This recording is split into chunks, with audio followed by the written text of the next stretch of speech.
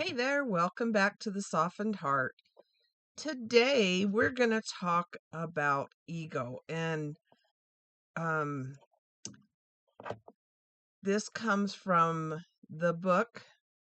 Oh, I don't think you can see it. The Way of the Heart by Sophie Rose. So if you are interested in purchasing that book, it is uh, some teachings that go along with kind of what we're going to learn. So I'm going to bring that in. I'll show you a couple other books that I used as I worked on this process of softening my heart and what I'm sharing with you. So, um, these books are things that I used that brought insights to me along with the scriptures that I read. So, I want to share all the things with you. And if you're interested, you can pick up that book. It's not very long and it has some really good insights into some of the things that help us soften our heart. However, just a caution for you, this Way of the Heart book is a channeled book. So um, just know that I personally do not believe that channeling is a good thing. Okay. You don't need someone else to talk to somebody for you, and you shouldn't be looking for, what would you call it? Other people, s- spirits, talk to spirits rather than talking directly to God. Because if you talk directly to God, that is the best way to get information. But I was in a group that were not Christian per se, and they were looking at this book, and I found some good insights in it. So I'm going to share that with you.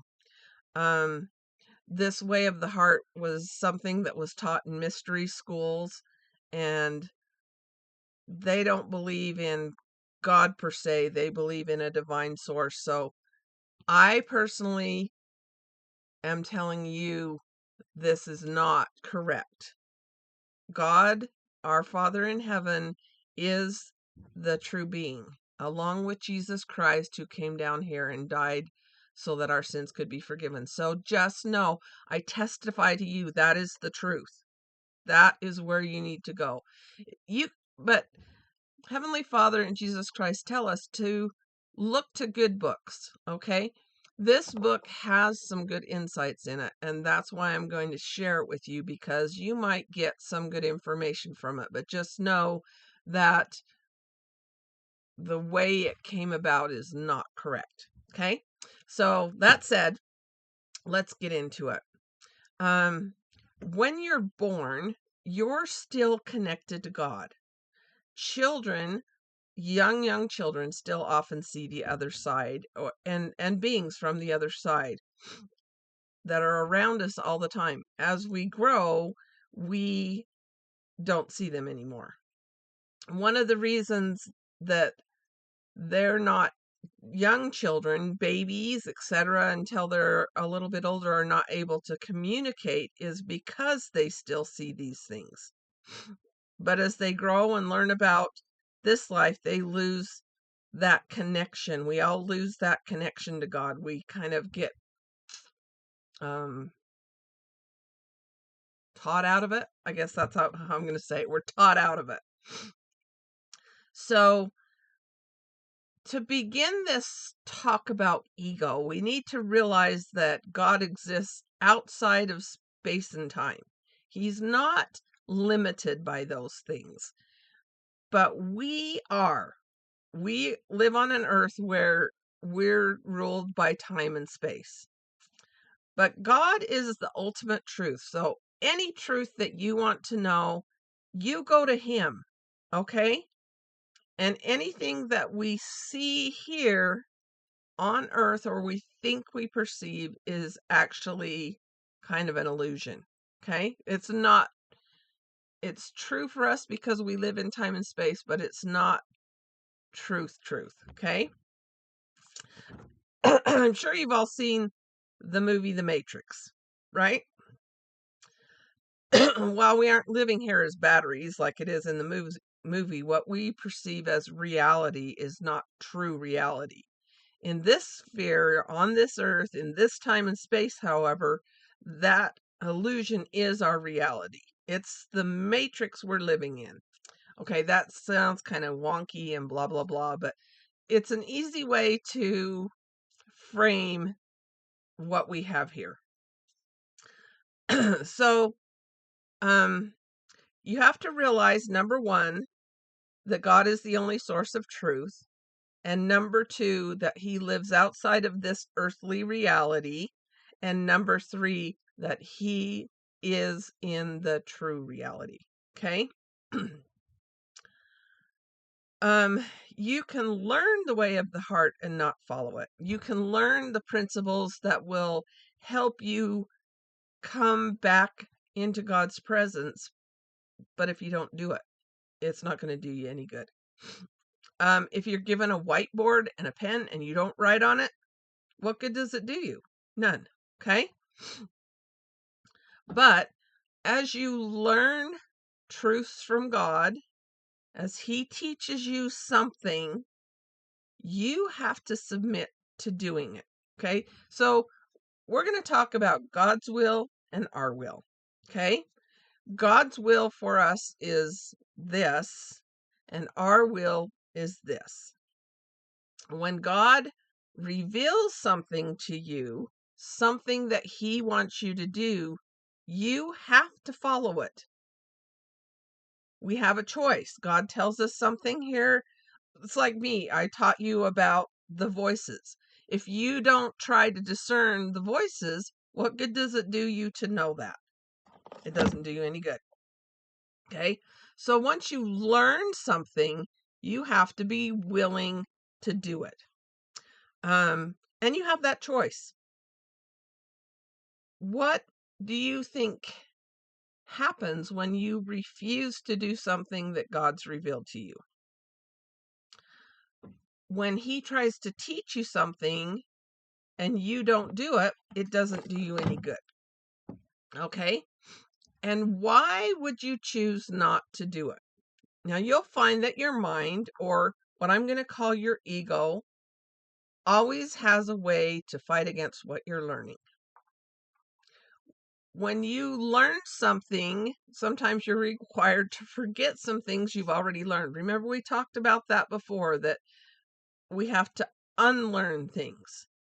Okay? We have to unlearn things about what we believe is reality.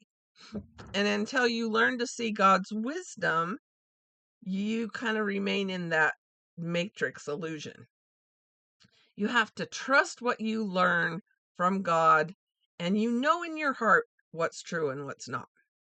Remember, your heart is where your soul dwells. It's the receptacle of the beam of light that comes directly from God.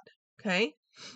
Now you'll find that you might balk at some of the things you learn. It's like, no, you doubt that it's true.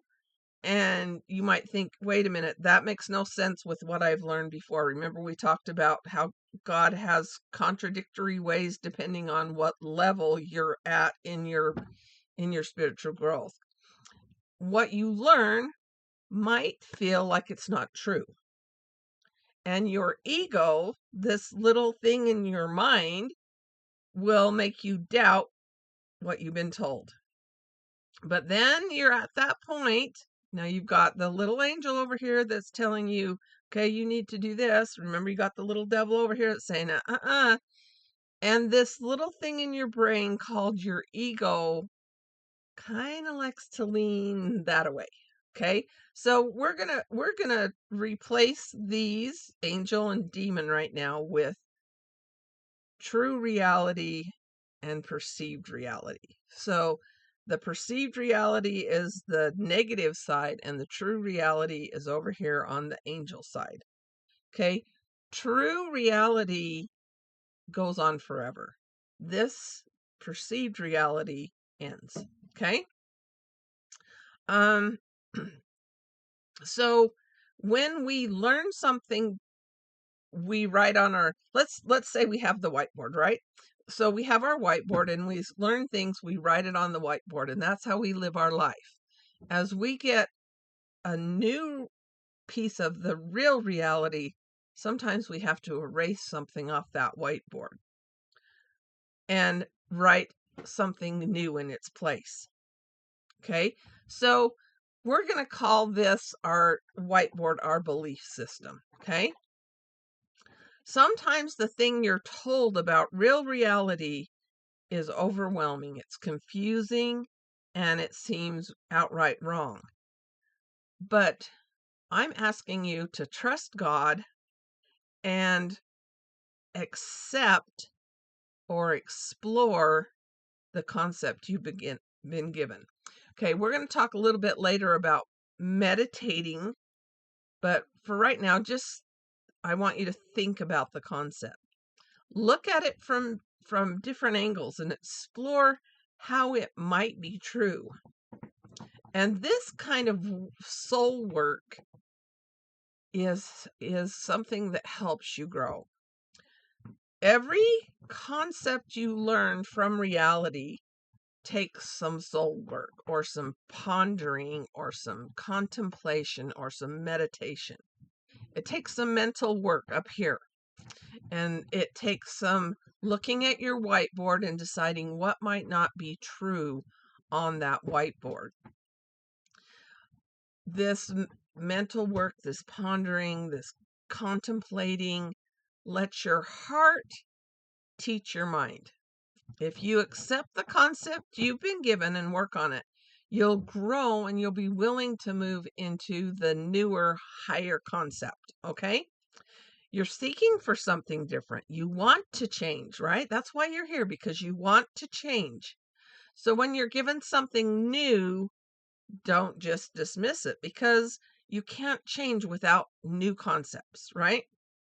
And when you've got something that's closer to God, you need to trust yourself. Trust that you're here to learn the things that you're learning for a reason. And then you need to choose to try. Remember, that voice in the middle is you choosing which way you're going to go. So choose to try. Choose to trust. Trust in God, because He's trying to help you grow. Now, as you accept and use these new concepts, you open yourself up to the possibility of a higher power or God running your life. That doesn't mean you're giving over your life to God. It means you're accepting the role of being a true co-creator with God. Now, true co-creating only happens when your soul is engaged. It's your reward for connecting with God. You probably already decided whether or not you want to proceed with this, right? So if you're on this path of growing and searching and finding, you always need to decide what you feel is the right action for you at this time. But I hope as you learn these concepts and seek to know if it's something you can experiment on, you'll try to understand and use the concepts. So let's begin. Number one, this concept of the higher and the lower realities is as old as the world. Remember, you can only be taught things step by step from this source over here of God. Connecting with God. If you try to use this concept to build up your own ego or feel superior to other people because of your knowledge, it won't be of any use to you. But if you let it go into your heart, look at that concept and find out how this will help you, it'll sprout and grow, and it will help you become something different. It's not something that needs to be learned here, okay?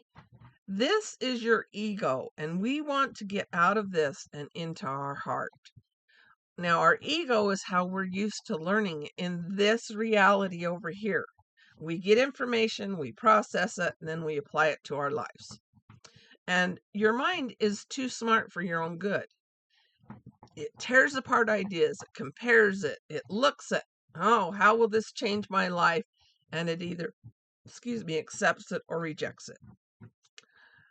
We want to find a better concept than what's on our whiteboard, right? So we're going to take that concept, that old concept, erase it off the whiteboard, and put in our new concept. Now, remember how we talked about your own voice? Your own voice is the one jabbering with yourself constantly. Am I going to do this? Do I want to do that? And you'll find that that voice measures information and the concepts you're receiving, okay? You have to learn to turn off that part of yourself. Your mind is your ego. Now, you're like, ego, what is ego? So let me explain to you what ego is. Ego is how we see ourselves. Someone with a determined ego will see themselves as all important. Everything's about me. And this day and age, oh my gosh, everything is about me, my reality, blah, blah, blah. And they look down at others that are different. Okay? You're filled with superiority. Oh, it's all about me. People with a highly developed ego like this often exhibit narcissistic tendencies. They have a huge superiority complex and are very self-absorbed. And this is so obvious today. So obvious. You can see it everywhere. Ego makes you get very caught up in me, mine, I. Do you know someone like that? Now, this is the hard part. Do I see some of those things in myself? Of course we do, because we all have that ego in here, right? So, ego's all about you, getting what you want, looking for things to make yourself happy, thinking about what you deserve, material things, or how important something is to you in your own life, and serving yourself all the time is part of ego. In my journey, I learned that ego needs to be set aside in order to follow this true reality, these concepts from God, and true acceptance of those concepts that He reveals to you requires setting that ego aside. So getting it totally out of here and putting it away. God's consideration is not for self. And although we can't really totally get rid of ego, we can set the biggest part of it aside. God sees us as more important than what His mind might think is important. I know that sounds really weird, but His consideration is always for us, not for Himself. God lives truly from the heart, from a place of love that is larger than love for self. When He reveals concepts to us, it helps our heart grow larger and our ego to shrink. Okay? We want our heart to be what we're following, not our ego. Our heart resides in that perfect love of God because we have this beam of light that comes directly to our soul. We're always connected. Remember that. You're always connected. Whether you choose to listen to that connection or not is another story, but that's what we're trying to do. We're trying to learn to listen to that connection. I haven't totally defeated my ego. If I had, I wouldn't argue with anybody. And there are times somebody says something and it flips that switch of ego right away, and I'm into self-preservation mode, okay? You have to understand that ego is what keeps you alive. It is our self-preservation. But when we get too lost in that self-preservation or serving ourselves, then we lose part of that light that comes from God. And we don't want that. We want Him to help keep us alive and preserve us. And truly, that is the only way that our lives are preserved, is through Him. Now, ego is like an onion. It has very many layers, and you can only peel away one layer at a time. And there are other layers underneath and other behaviors and perspectives that as we learn and grow, we're going to peel those off, okay? Now, when you get to true oneness with God, then your onion's going to be gone, okay? Now, I want you to think about a little bit about doing kind or altruistic acts and their underlying intentions, okay? Do you know people that do those things for the wrong reasons? Okay? Most people are genuinely selfless when they help others, but not always. Sometimes they do it to preserve themselves. So let's do a little quiz. I want you to get a piece of paper. Now pause the video, go get you a piece of paper, and we're going to take a little quiz about ego, okay? Now that you've got your paper, I want you to respond to each question by answering never, rarely, sometimes, often, or always. Okay? Never, rarely, sometimes, often, or always. And I want you, as I ask each question, to determine how often during the last year you have done this. Now, thought of how you could increase your wealth, status, or possessions is the first part, okay? Number 1, thought of how you could increase your wealth, status, or possessions. Have you thought about how can I make more money? How can I be more popular? How can I get this thing? How often? Never, rarely, sometimes, often, or always. Okay, number 2. How many times have you felt you were right and others were wrong? Okay, here's a big one for me.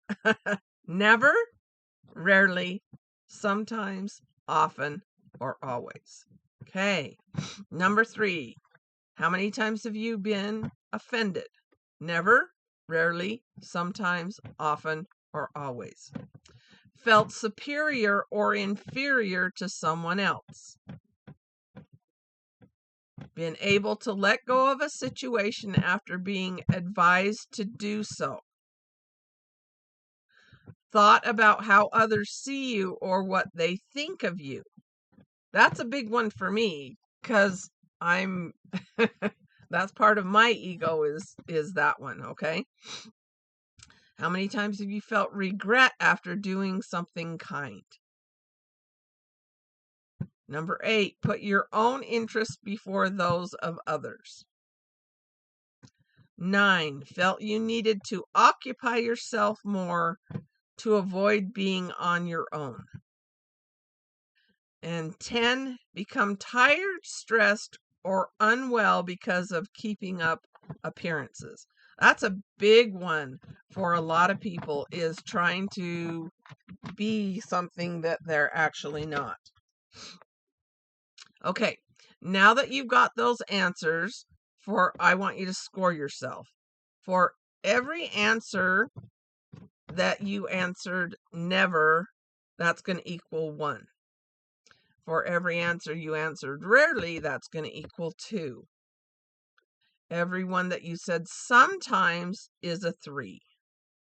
Often is a 4. And always is a 5. Now I want you to add up your score, right? Higher scores indicate greater levels of ego. Scoring 4 or more on at least 6 of the 10 questions could indicate that you have an inflated ego. So let's talk about how we control our ego. I'm going to give you 10 ways that you can control your ego. There are many attributes and personality traits that help you grow personally and promote your evolution into a higher vibration.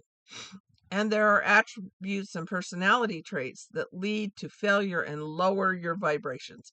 So, excuse me, as we get higher on this level that God is giving us, our vibrational level higher. Okay, so we want to not lower our vibrations, we want to higher them. Ego is one of the things that lowers your vibrations because it's self-serving.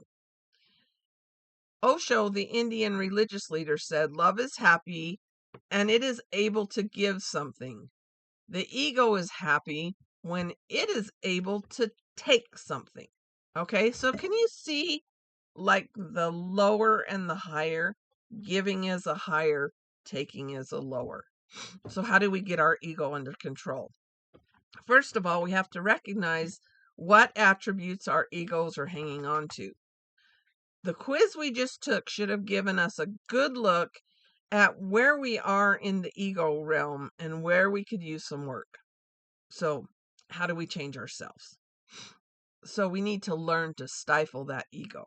So number one, do something nice for someone else. Get out of your own way and do something nice for someone you work with, someone you don't really know, even a stranger on the street. Stranger on the street with a sign, "Give me money." Give them a buck. Giving of yourself helps you become a bit more humble. Even a random act of kindness will make you feel so good that it tamps the ego down. Okay, can you think of a time when you did a random act of kindness? How did you feel afterward? Okay, that should give you an idea. Okay, number two, tell someone something you've been keeping inside for a long time. Quite often we don't tell someone how we actually feel because our ego doesn't permit us to express our true views. Be genuine with yourself and someone else and see where it takes you. Why are you not honest with others about the way you feel? Okay? Think about that.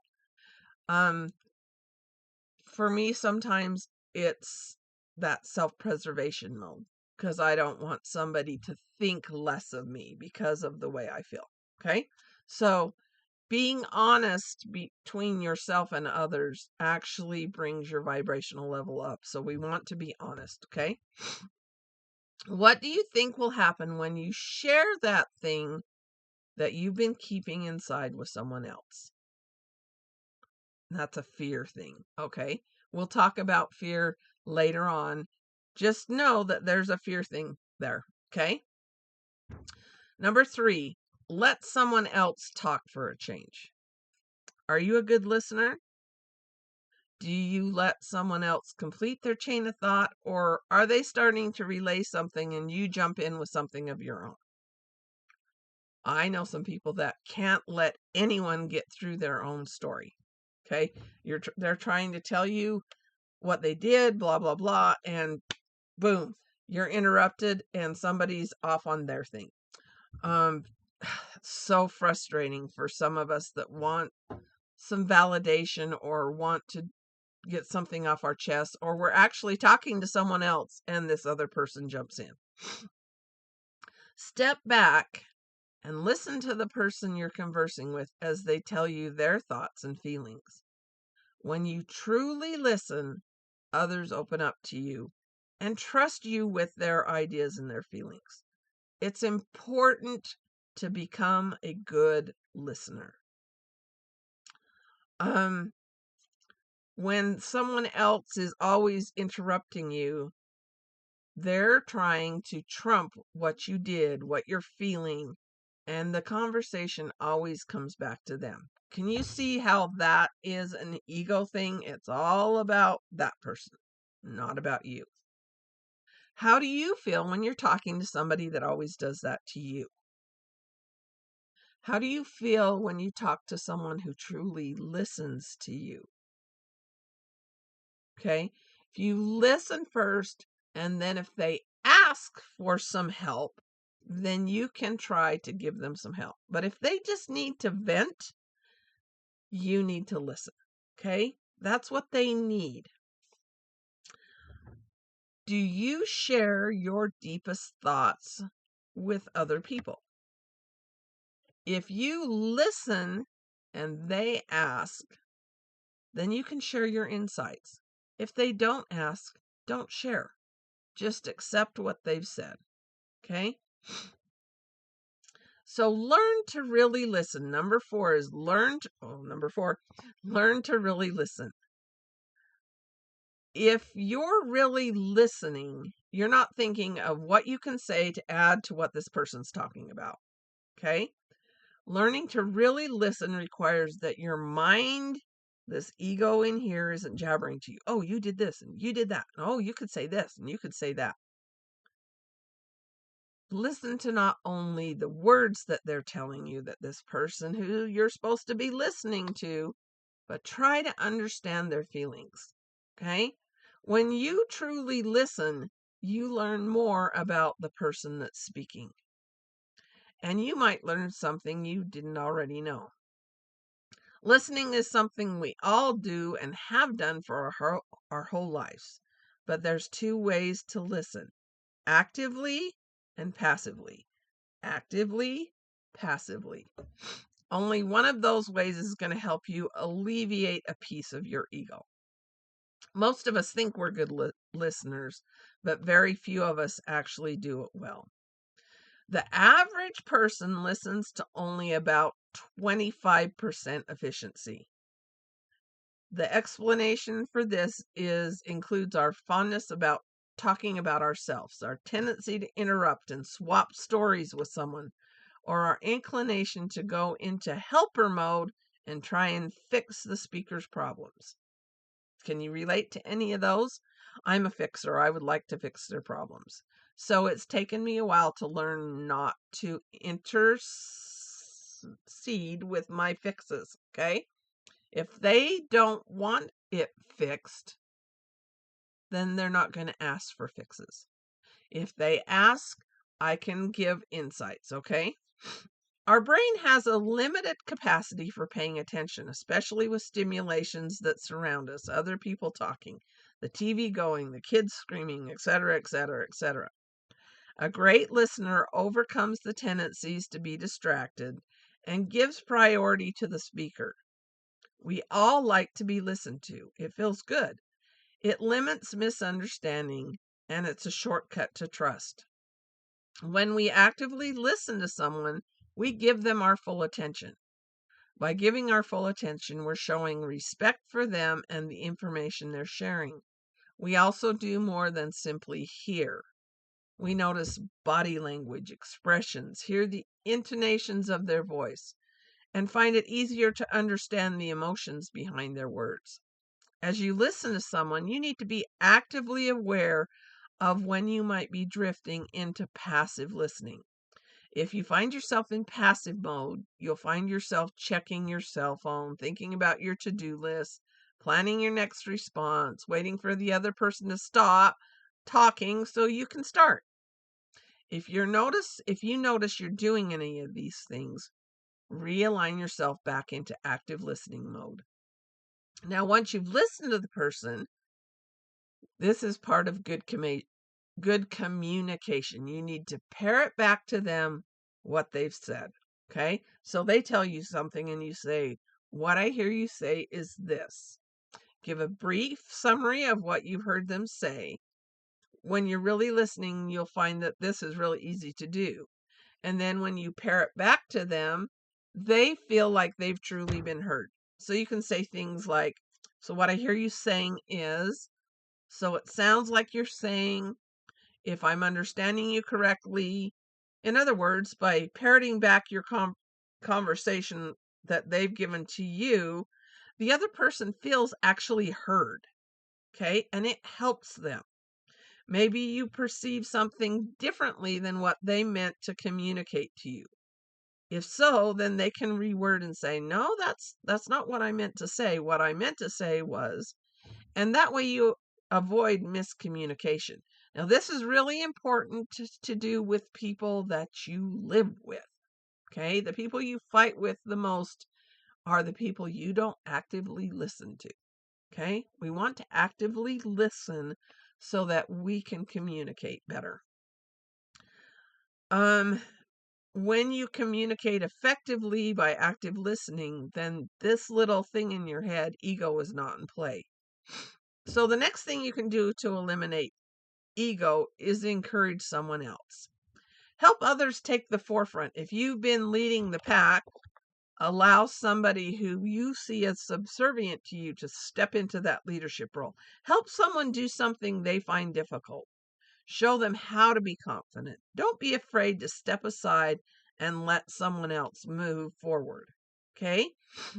Compliment someone. Compliment someone. Make sure your compliment is sincere, though. Don't just make something up. You can compliment them on the job they're doing, compliment something about their personal appearance that stands out to you, compliment actions when they're showing love and compassion to others. Okay? This is a hard one for a lot of people to do because they don't look outside their self. It requires looking at someone else, observing them, and seeing their job, what they're doing. Okay?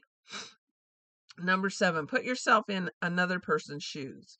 Ego wants you to only see yourself.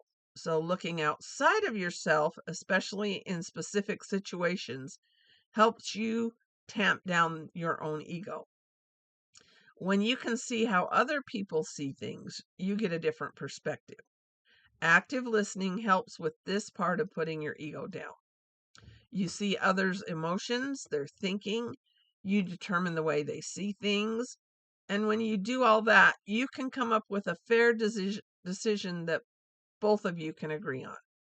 Avoid using, this is a big one, avoid using the word I as often as possible. Everything isn't all about you. So stop making it that way. Once you look outside yourself, you'll start to see that the I is no longer part of what you think. And this is the biggest one. I is selfish. Looking outside of the I is loving. Ego starts to fade when you push that I aside. Number 9, this is a big one too. Stop complaining. That's a hard one. Life's amazing when you look at it positively. When you stop looking for things to complain about, you'll start seeing the positives. Take time each day to look for the things to be grateful for. This is a good thing to do at the end of the day. I want you to take a piece of paper, sit down, and evaluate the day and see what kind of things God has done for you that you need to be grateful for. Start a gratitude journal. And it's a great way to train your mind, this thing, to look at the positives of each day. Gratitude is a great part of becoming who you are as a heart person. And you'll stay grounded in this part of your life. Number 10, embrace the art of letting go. Hanging on to perceived slights keeps you from moving forward in life. And we'll talk about this next as part of forgiveness. Okay? So hanging on to perceived slights keeps you from moving forward. Your ego feeds on this emotion. Okay? And will produce more negatives moving forward. Anger, the thing I have to work on all the time, is the most common emotion behind the things you hold on to, based mainly on the I or your ego. We need to learn how to handle slights we think we received, or especially intended slights thrown at us by others. Now, when we talk about forgiveness, we'll talk about those two kinds of slights, all right? So let's discuss some strategies on how to alleviate anger so we can master the art of letting go. Number 1, recognize when you feel anger and try to determine the cause. What's the cause that you can change or control, or what's out of your hands? Okay? Anger, like I said, I have switches that somebody just has to say something and that switch flips. I need to look at, why does that switch flip for me? Is my anger being caused by someone who I'll never see again, or is it caused by someone close to me? If it's caused by someone you'll never see again, Is it worth wasting time on the anger? Are you going to discuss your feelings with this person? No, not usually. So you need to realize that why you're angry, and evaluate why that interaction is bringing up anger in you. Does your anger actually have to do with that person, or does it have to do with you? Are you in a hurry and that person's being slow? In the bigger picture, does it really matter if you have to wait? Is the anger really all about you? Is it stuck in the eye? If so, you need to realize that you're the problem, not them. Take time to examine where that anger's coming from. What if a sales clerk's nasty to you? Is it about you, or is it about them? Where is their anger coming from? Is it worth your time to acknowledge that anger, or could you help diffuse their anger by being kind, giving a compliment, maybe just ignoring that slight altogether? What if it is someone you have to interact with on a regular basis that's being short with you? If you're in an unhealthy relationship with this person, past experiences build and erupt in anger, okay? And that's what a lot of us deal with the people that we live with. There are slights and experiences that build up, and we hold on to those. If that person or you feel vulnerable and another infraction occurs, then those past experiences help build up that anger. It's like a volcano. We've got all that lava in there, and add a little more to it. Boom, there you go. Okay. So what I want you to do is, when you find that anger's coming, I want you to stop. Acknowledge, I'm angry. Take 10 deep breaths. What that does, it forces you to calm down. Stop what you're doing. Take some deep breaths and hold it for 5 seconds. So you're going to take a deep breath. 1, 2, 3, 4, 5, exhale. 1, 2, 3, 4, 5, exhale. And you'll take that eruption and kind of calm it back down. And it's really easy to do, even if you can only do 3 to 5 breaths, okay? Soon as you feel that anger start to come down.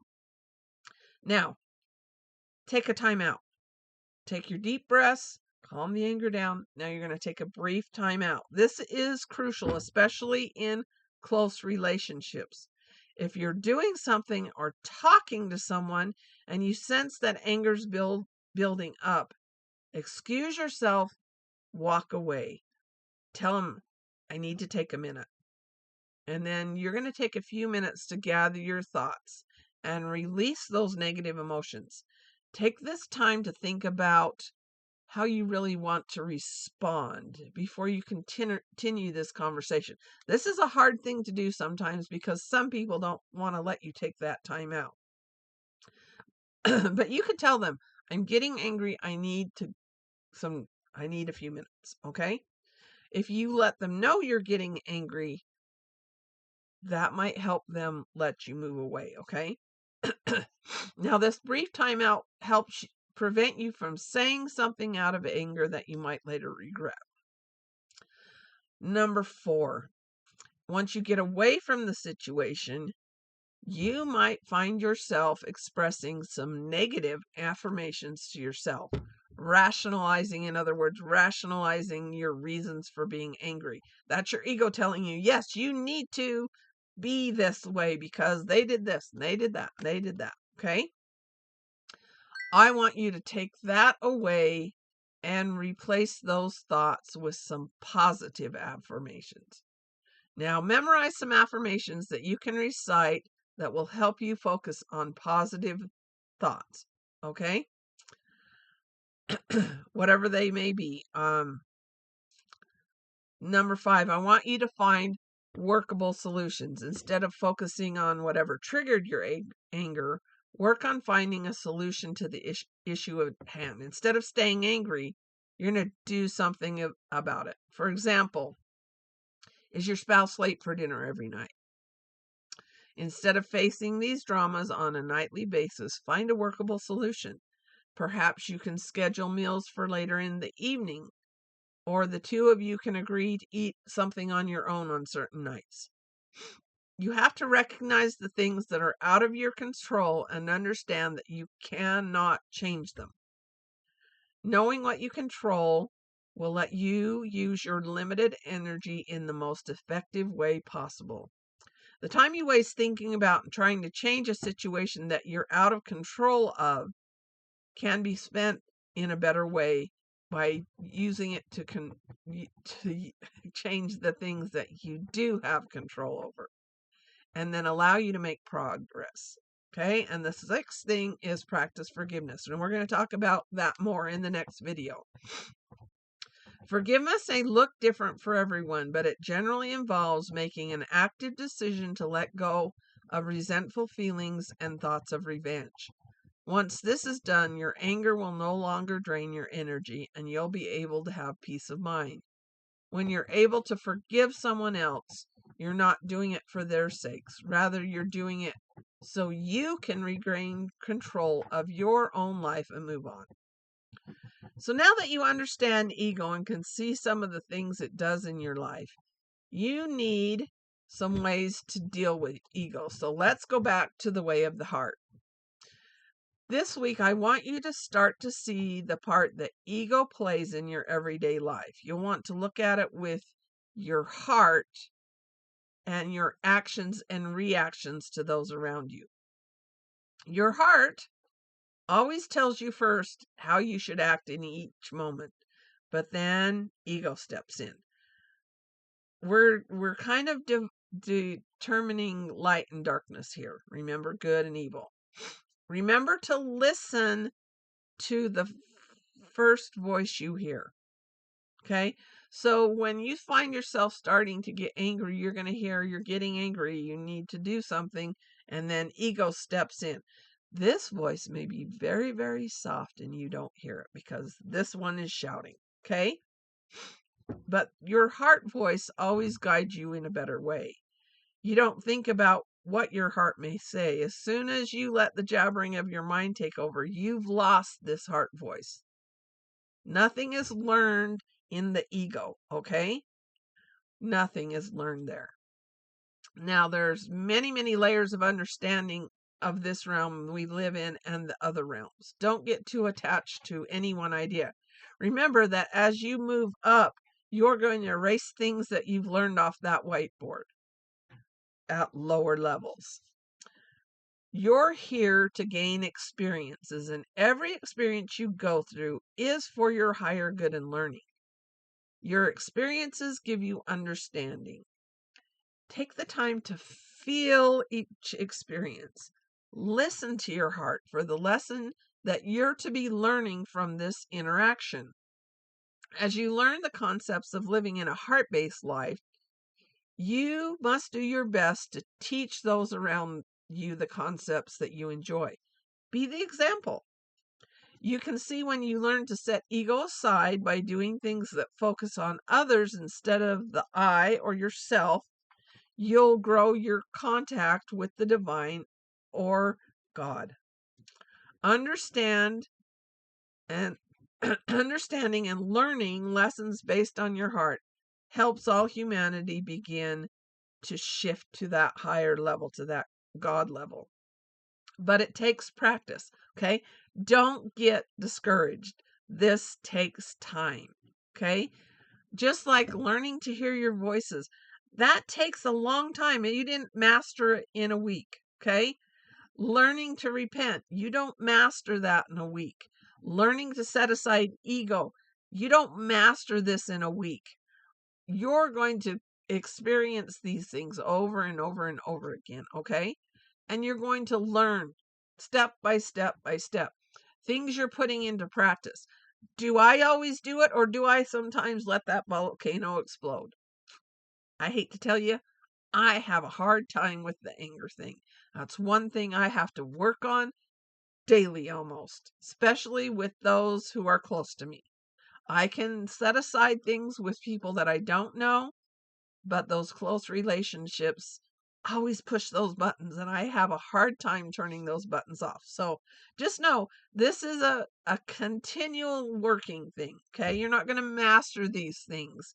As you move up on the higher levels, you'll find that things start to fall off. Okay. That you're not having to worry about some things anymore. I don't have to worry about voices anymore. Okay. I have mastered that in my process of climbing the ladder. So some of the things that are basic eventually become automatic. Okay. Um, as you become more connected to God, your wisdom, knowledge, and creativity can't be compared to what you would get with this mind learning. So I hope this week that you can start to see some of where the I or the ego comes in. God's always there for you. Learn to listen for his guidance. His love is always there. And even if you slip up, even if, like me, you still have that volcano go off, remember you're growing little by little, step by step. So next week, we're going to discuss forgiveness. And that was a hard one for me too. Okay. Years and years and years to learn to forgive some of the things that happened to me. Okay. But we'll discuss it next week. So this week, listen for the voices. You're still going to be doing that. You're going to still think about the things that you need to repent of. And now you're going to listen for where the I comes in, the selfish part of you comes in. And you're going to start to learn to set that aside. Now, I've given you a whole bunch of stuff, and I'm going to let you work on that. You might have to listen to this video over every day just so you can try and get some of those concepts down, okay? But I hope that as you do this, that this part of your reality will become more of your reality than this lower side. I'm grateful for you to be taking this journey with me and softening your heart. Have a great week. See ya. Bye-bye.